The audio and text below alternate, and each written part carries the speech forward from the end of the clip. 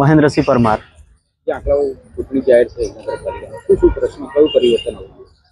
આકલાવ નગરપાલિકાની ચૂંટણી જાહેર થતા યુવાનો આની અંદર ખૂબ રસ ધરાવે છે અને આવનારા સમયની અંદર પણ યુવાનો ચૂંટાઈને આવે તો જેથી કરીને આકલાવને એક નવો વેગ મળે. જેમ કે અમુક રસ્તાઓ છે એ પ્રશ્ન ઘણા સમયથી છે, રસ્તાઓ છે દબાણવાળા છે, સ્ટ્રીટ લાઇટના પ્રશ્ન છે અને એવી કંઈક વ્યવસ્થા હોવી જોઈએ જે ભવિષ્યના બાળકોની અંદર કંઈક ઉલ્લેખે. માન લો કે કોઈ ગાર્ડન જેવા ગેમ ઝોન છે કે રમતોત્સવના મેદાનો છે, એવા કંઈક હોવું જોઈએ જેથી કરીને આકલાવની ગુજરાતની અંદર આકલાવનું એક નામ હોય. જેમ કે આપણે ઉદાહરણ લઈ લઈએ, ધર્મજનું એક નામ આવે છે, બરાબર. એવી રીતે ઈચ્છા છે કે આકલાવનું ભવિષ્યની અંદર ગુજરાતનો એક નામ અલગથી હોય કે આકલાવ જેવું કોઈ ગામ નથી.